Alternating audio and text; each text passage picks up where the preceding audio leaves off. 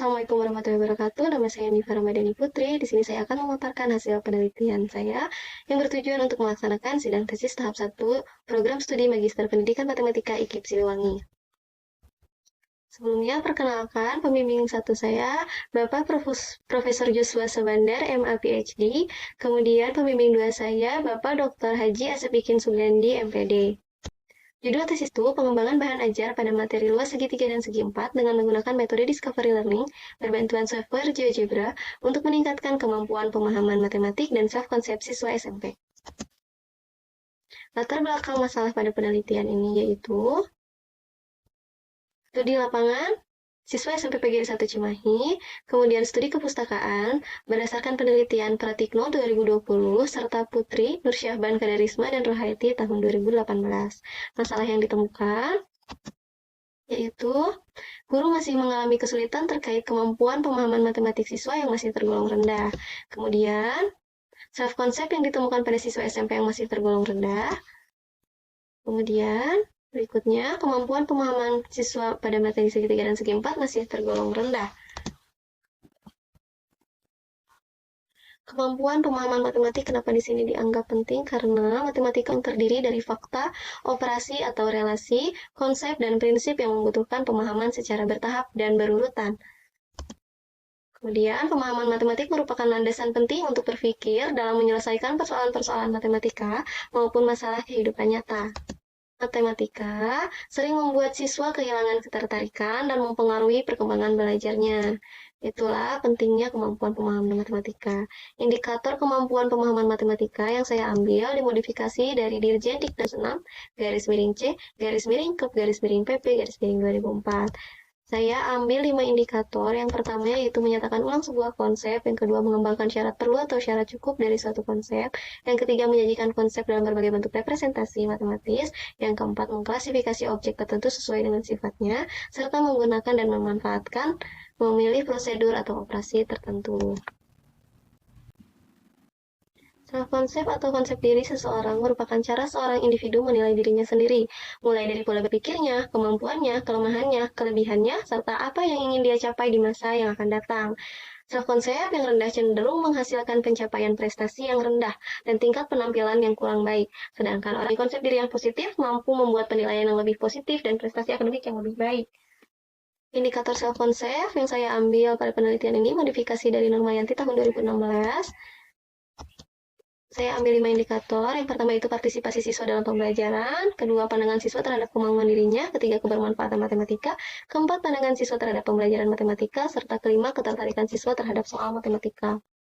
Solusi di sini untuk meningkatkan kemampuan pemahaman matematika dan self-concept ada 3 cara, yaitu mengembangkan bahan ajar, menerapkan metode, dan menggunakan ICT. Di sini mengembangkan bahan ajar dianggap perlu karena bahan ajar itu merupakan berbagai bahan yang digunakan untuk membantu guru atau pengajar dalam kegiatan belajar mengajar di kelas.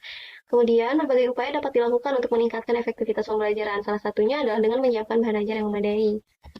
Kemudian metode, saya di sini menerapkan metode discovery learning karena metode discovery learning adalah metode pembelajaran di mana siswa didorong untuk berpikir sendiri, menganalisis sendiri, sehingga dapat menemukan konsep, prinsip, atau prosedur berdasarkan bahan ajar yang telah disediakan guru dan guru berperan sebagai fasilitator. Langkah kegiatan discovery learning di sini ada 6 langkah. Yang pertama stimulation, problem statement, data collection, data processing, verification, and generalization. Untuk menggunakan ICT, di sini saya menggunakan ICT software GeoGebra. Kenapa? Karena penggunaan bahan ajar interaktif, terutama dalam mengintegrasikan matematik software, dapat mempermudah siswa di dalam memahami konsep. Salah satu teknologi dalam pembelajaran matematika yang dapat dimanfaatkan adalah software GeoGebra. Nah, di sini penggunaan discovery learning yang berbantuan dengan GeoGebra diupayakan dapat merubah kondisi belajar yang pasif menjadi lebih aktif dan kreatif. Tujuan penelitian pada penelitian ini ada 6. Yang pertama, pengembangan bahan ajar ditinjau dari validitas, kepraktisan, dan keefektifan. Yang kedua, skenario dan implementasi pembelajaran. Yang ketiga, respon guru dan siswa. Yang keempat, kesulitan siswa dalam mengerjakan soal kemampuan pemahaman matematik. Yang kelima, kemampuan pemahaman daripada yang tidak menggunakan bahan ajar. Kemudian, self-konsep siswa yang menggunakan bahan ajar yang dikembangkan lebih baik daripada yang tidak menggunakan bahan ajar. Hipotesis pada penelitian ini yaitu Kemampuan pemahaman matematik dan self-konsep siswa yang memperoleh pembelajaran menggunakan metode discovery learning berbantuan GeoGebra lebih baik daripada yang memperoleh pembelajaran dengan menggunakan pembelajaran biasa. Metode penelitian yang saya gunakan pada penelitian ini yaitu jenis penelitian pengembangan tipe DDE dan penelitian eksperimen, subjek penelitian siswa SMP PGRI 1 Cimahi, instrumen penelitian yang saya gunakan yaitu lembar wawancara, lembar validasi, lembar respon siswa, dan guru LKS, dan video pembelajaran tes KPM, angket self-konsep siswa. Di sini saya menggunakan prosedur penelitian pengembangan DDE. Untuk yang pertama, tahap analyze. Pada tahap analyze, di sini pembentukan tim di mana terdiri dari mahasiswa yang melakukan peneliti dan dosen pembimbing. Kemudian, peneliti mengumpulkan informasi mengenai pentingnya KPM dan self-konsep siswa serta rendahnya KPM dan self-konsep siswa. Masih pada tahap analyze, selanjutnya dilakukan wawancara terhadap guru matematika di SMP PGRI 1 Cimahi. Hasil wawancara menunjukkan bahwa guru masih mengalami kesulitan dalam mengatasi siswa yang KPM-nya tergolong rendah, terutama pada materi segitiga dan segi 4 yang cakupannya lebih luas, pembelajaran kurang berjalan secara aktif dan efektif, dan dibutuhkannya bahan ajar yang dapat digunakan mandiri oleh siswa dan dapat digunakan berulang kali. Kemudian yang kedua, pada tahap desain dilakukan tahap desain terhadap bahan ajar agar peneliti memiliki draft awal bahan ajar. Bahan ajar yang didesain pada penelitian ini adalah LKS dan video pembelajaran berbasis metode discovery learning berbantuan GeoGebra. Berikut adalah cuplikan LKS dan video pembelajaran yang telah peneliti desain. Kemudian pada tahap development, implementation, and evaluation, saya gabungkan karena di sini saling berkaitan. Pertama, kita melakukan validasi ahli materi tahap awal. Kemudian, kita melakukan perbaikan bahan ajar, uji coba terbatas, kemudian evaluasi, kemudian validasi ahli materi tahap akhir. Kemudian, kami melakukan perbaikan bahan ajar. Setelah itu, kita melakukan uji coba luas, kemudian evaluasi kembali, dan perbaikan bahan ajar. Kemudian, yang terakhir kita melakukan uji coba produk.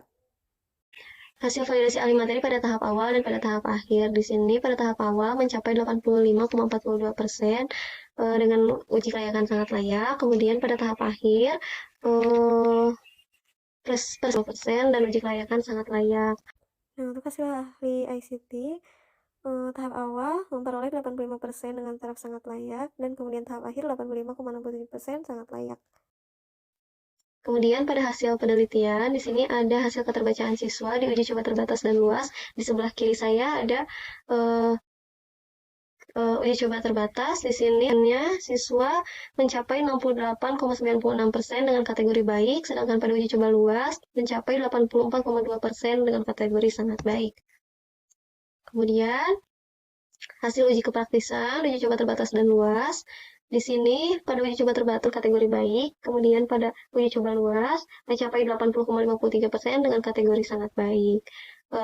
Di sini dapat disimpulkan bahwa bahan ajar yang dikembangkan praktis digunakan. Kemudian hasil uji keefektifan uji coba terbatas dan luas. Di sini uji efektivitas luas mencapai 79,31%, 64,75%. Di sini terlihat bahwa efektif digunakan. Nah, perbaikan bahan ajar yang dilakukan oleh peneliti yaitu menambahkan tujuan dan langkah pembelajaran pada video pembelajaran, kemudian memperbaiki kolom jawaban pada LKS, kemudian menambahkan langkah menggunakan GeoGebra melalui gawai pada LKS, kemudian memperbaiki ilustrasi luas persegi panjang pada video pembelajaran, kemudian itu yang dilakukan oleh peneliti untuk memperbaiki bahan ajar yang dikembangkan. Kemudian, hasil penelitian, skenario dan implementasi pembelajaran.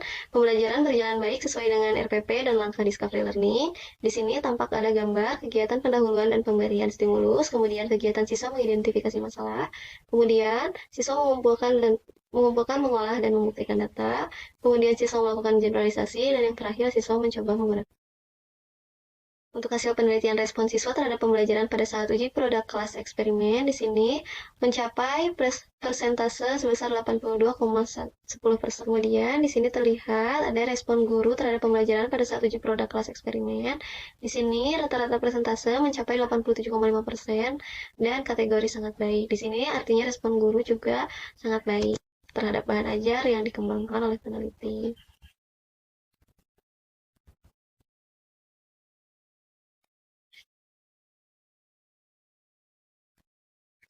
Nah, di sini hasil penelitian kesulitan siswa menjawab soal kemampuan pemahaman matematik. Pada keseluruhan terlihat bahwa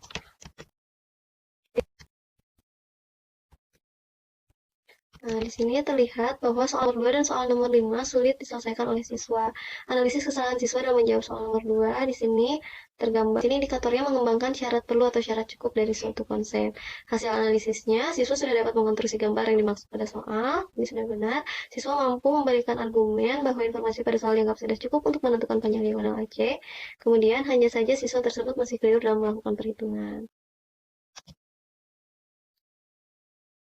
Kemudian analisis soal siswa dalam menjawab soal nomor 5 di sini, siswa belum dapat mengkonstruksi gambar yang tepat pada soal nomor 5. Siswa juga masih kesulitan dalam bidang BFH. Siswa tersebut salah dalam menginterpretasikan soal.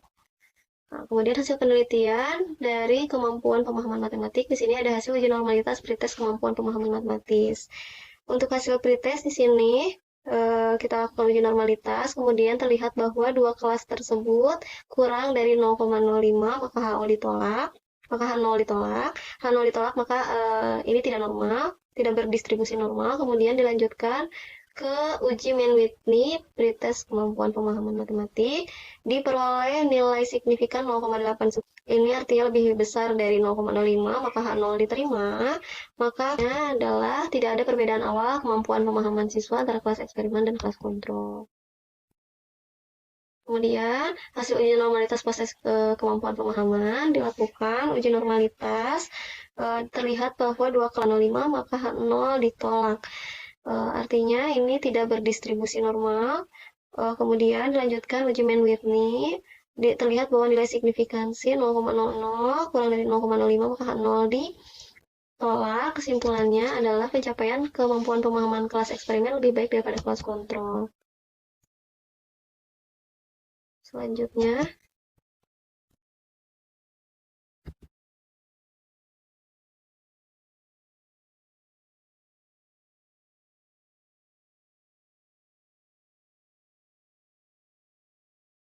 kemudian untuk hasil uji normalitas NGen kemampuan pemahaman matematik, di sini terlihat bahwa dilakukan uji normalitas terhadap NGen kemampuan pemahaman matematik, dua kelasnya lebih besar daripada 0,05, maka H0 diterima, artinya data ini berdistribusi normal. Kemudian kita lanjut ke uji homogenitas.